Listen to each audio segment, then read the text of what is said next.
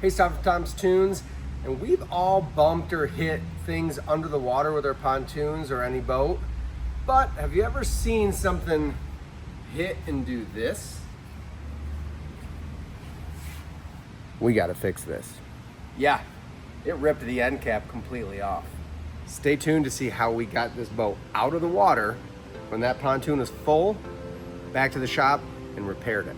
Time Toon Man to the rescue!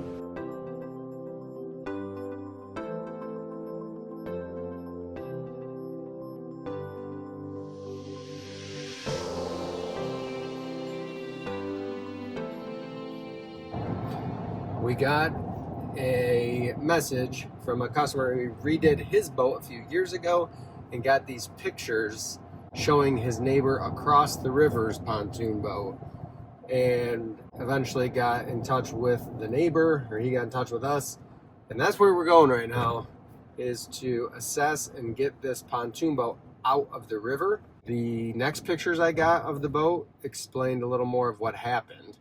His end cap actually got ripped off the boat. So what we're gonna go do is get this thing floating again. It's not gonna be easy, but we've got a couple plans, plan A, plan B sort of stuff. There's a baffle that's reachable about a foot forward from the end cap that has a hole in the bottom that we should be able to plug.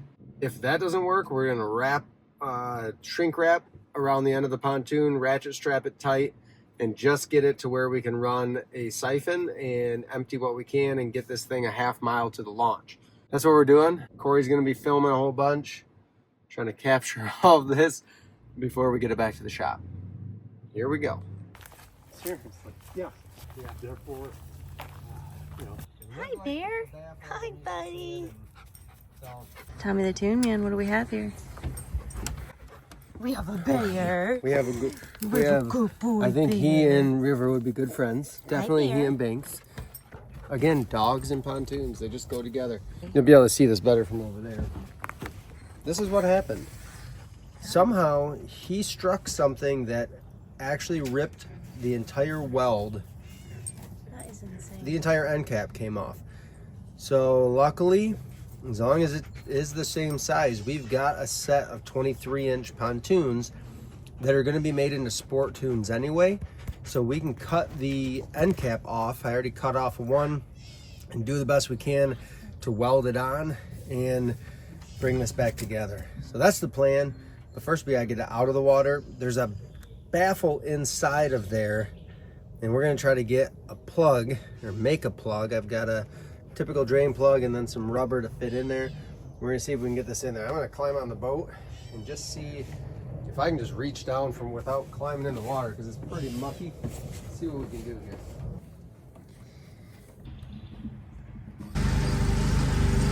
Ah, you could have got a margarita if I would have made that. There's a margarita. A little siphon for fuel and now water. We're gonna slide this in and turn it on. Let's see what happens. After wasting a few minutes of siphoning, I realized that the baffle wasn't full welded, so water was just leaking back in the tune, and that brought us to plan B. And we got to hear about how our previous customer got this boat owner in touch with us. Anyway, he came over at the boat, docked it here at my dock, walked up to the house. He said, "You got a problem with your pontoon?" I said, "Yep." I sure do. I said, "Now you just got to find some way to get it repaired." He said, "I might know somebody," and away he went. He said, "Give me your phone number and I'll see what I can do." After a little trial and error, we got some shrink wrap ratchet strapped around the back of the pontoon, got a hole cut in it, and let the siphon run. And once you know, we got her floating. Here I am at the launch, now waiting for the pontoon to come down. Should be any second. They're about a half mile, just putzing slow. I had everything sealed up, hoping I see him any second now. Corey went with a customer and his wife, just in case, and to help balance that pontoon out in case that end cap did come off. Just so you all know, I just ate it so hard. I felt that, and I was like, it's not too slippery. I took one more step, and I was laying in the water right there. And look at that. Here they come. We'll get them on the trailer, and let's get this thing to the shop.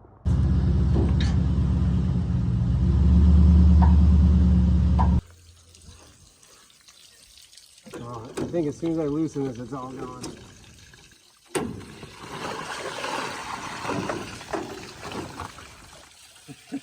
And now, it's going to take a while.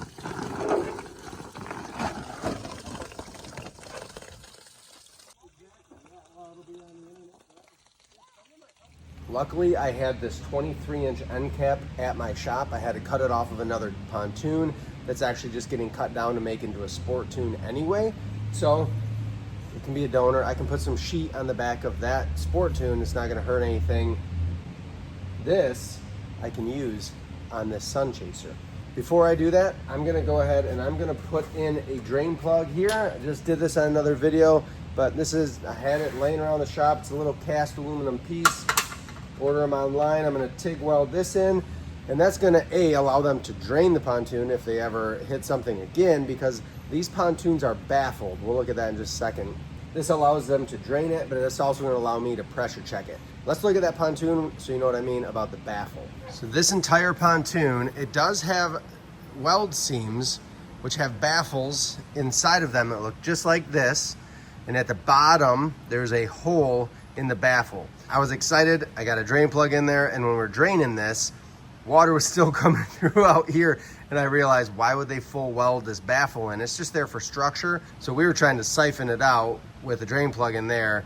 We were never gonna run out. We were siphoning it through that hole, ran an electric siphon in. Eventually, we had to wrap the outside of this and stuff a little rag under here at this keel to make it watertight. We wrapped it with shrink wrap plastic, ratchet strapped it a couple times, and then ran a siphon down in there. We were able to drain it plenty to float it and get it back to the launch. Some pontoons are completely chambered, where this would be full welded in and there's no hole. That way, if you hit something, you rip the end cap off, this back portion might fill, but you've still got the nose cone in the front chamber. Just depends on the brand. Again, this is a Sunchaser, it's a 2011. So that's how they designed these. It's convenient, you can drain them. There's a drain plug in this one from the factory. But if you fill it with water, or you get this bad of a leak, even if the end cap didn't blow off, he literally hit something and ripped the end cap off. If you didn't do that, but you had a slow leak somewhere, this thing would still fill up and sink to the bottom. There's just no way around it. So luckily for us, we were able to seal it off, get it drained. Otherwise, you'd have to run a siphon in from the top, pull water out faster than it's coming in if the end cap was on here, and then you could get it to repair. I'm gonna get this drain plug welded in, then I can get this mocked up, and I'm just gonna go around and tack it a whole bunch with my spool gun. Then we'll full TIG weld this after it's really well cleaned. I gotta get all that lake scuzz off too. That's how I'm gonna approach this. Maybe bang out that dent a little bit. That's where he hit something. You can see it here, but that little impact, something sharp or hard enough or both, ripped that right off. This end cap was ripped off at the weld the whole way around. This is, I mean, I'm not gonna say it's an atypical pontoon weld, but this is very thin, not a lot of reinforcement, probably a robotic weld is my guess, but it's just one pass all the way around, so that's gonna be where it gives. But that dent is where something dragged just for not even very far, 6 inches, and then caught the edge and just ripped that right off. Got a couple little burrs and whatnot I'm gonna have to deal with, banging those back flat so I can weld it in smooth. And you are gonna see me using my Miller Synchro Wave 210 on this project with my cooler. So there's a water cooler. That's a big part of why, because I'm gonna be able to weld all the way around. I'm not gonna have to wait for my torch to cool. And with something this dirty and needing this sensitive of welding, this machine is just super consistent. I push the foot pedal and it does what I need it to every time. I could absolutely tackle this project with my Yes welder, TIG 200, and that's an amazing entry-level machine. But when it's something like this, and I'm gonna be laying on my back, welding underneath in a few minutes, I'm gonna make it a little easier on myself, and I'm gonna run my Miller setup. Again, we've got discount codes for the Yes welder machines, MIG and TIG for aluminum. They're in the description of this video. If you don't want to go out and spend a bunch of money on a Miller, new or used, you can look at those new machines. They're inverter machines, compact. I actually just took my Yes welder TIG 200 home the other day and ran it on my neighbor's utility trailer. He had some cracks in his fenders, and we were able to fix them right up on the spot, just out in his driveway. I do love the S Welder products, and I think you should definitely check them out. But today you're gonna see me using the blue machine. This is my Miller TIG setup, but you will actually see me use my spool gun, which is a Yes Welder MIG machine, to get things tacked in place. So yeah, I still will use my Yes Welder today too.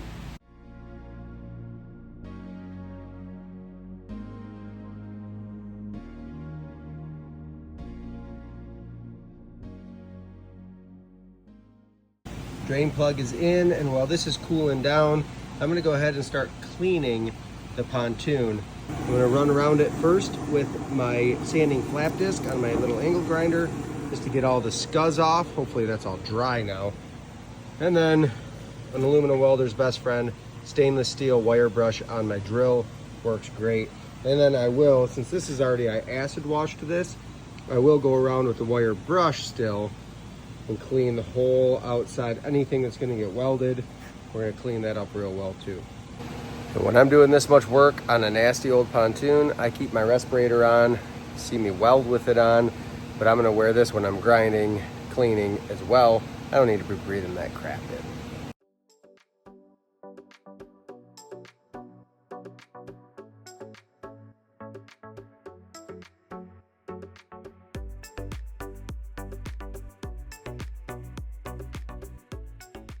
If you're ever having an aluminum weld repair done, even if it's this much weld, just keep in mind the amount of time that goes into prep, clean, get your equipment out, all of that stuff.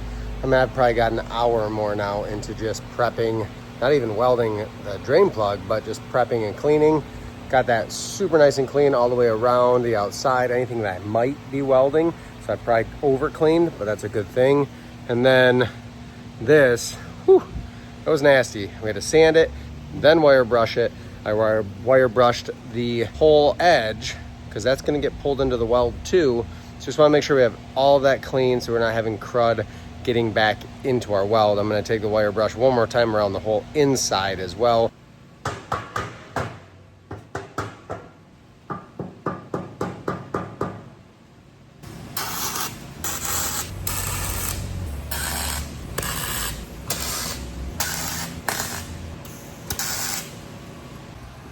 This is now tacked up.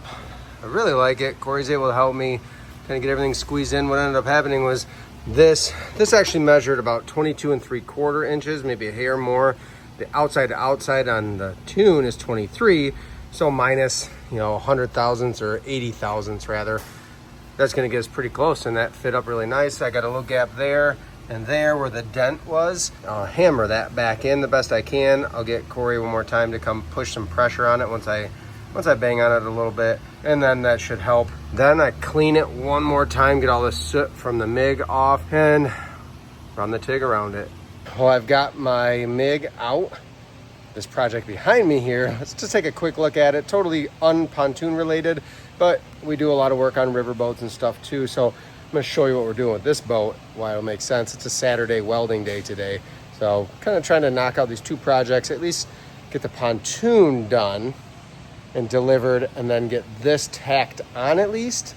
Hopefully I can get these tacked on, and then I can get the TIG machine back out, and I can run from port to starboard here to the pontoon here, and just keep working my way, rotating through as things heat and cool. But let's look at this. So this boat had a 60 horsepower on it, and this says 65, but it's a jet, so this is actually a 90 power head. When you put the jet lower unit on there, it reduces that horsepower 30%. So 65 horse at the pump. This is a 17-foot modified V, John boat, river boat. So we're gonna go ahead, just to make up for the extra 100 pounds of motor on the back, we're gonna put these flow pods on. He ordered them, he brought them to me. So we're gonna go ahead, we're gonna fit these up. I'm gonna trace them onto a piece of cardboard. That way I can mock all this up, and obviously I've got to get rid of this right here, transducer on each side actually, and I'll weld a little piece of C-channel onto our pod so that these can be mounted in properly.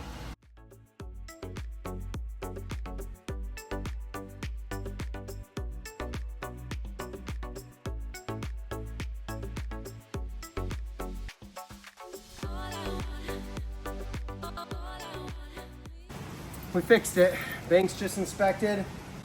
This was a tricky one because this is a year 2000 pontoon end cap. The pontoons are 2011, a lot of contaminants, a lot of crud going on. It took the weld really nicely in some places and not so nicely in other places. I pressure checked it, sprayed soapy water all around. Nah, give me that. Sprayed soapy water all around the place. Found those pinholes, marked them, fixed them, pressure checked it one more time. Banks is happy, she's ready to go home. Thank you so much for watching. We're gonna go put this back in the water tomorrow. Get it floating, get it back to the dock. Didn't quite make it in 24 hours like we wanted to, but hey, still gonna be back in a day or two for them. They didn't miss out on much because it's raining, thunderstorm right now, so they wouldn't want to be on the water anyway. And I was able to bounce between the pontoon end cap and this project back and forth. These went on really well. These are float pods. These are gonna add buoyancy. They're a step in and out of the boat. Really cool feature on a shallow water boat like this. We'll see you on the next one. Thank you for watching. Go subscribe, like, comment. What's your favorite part about this project? Banksy, you're the favorite part. Yeah. Banks, what'd you do? What did you do today? I laid around and played bike face with my sister.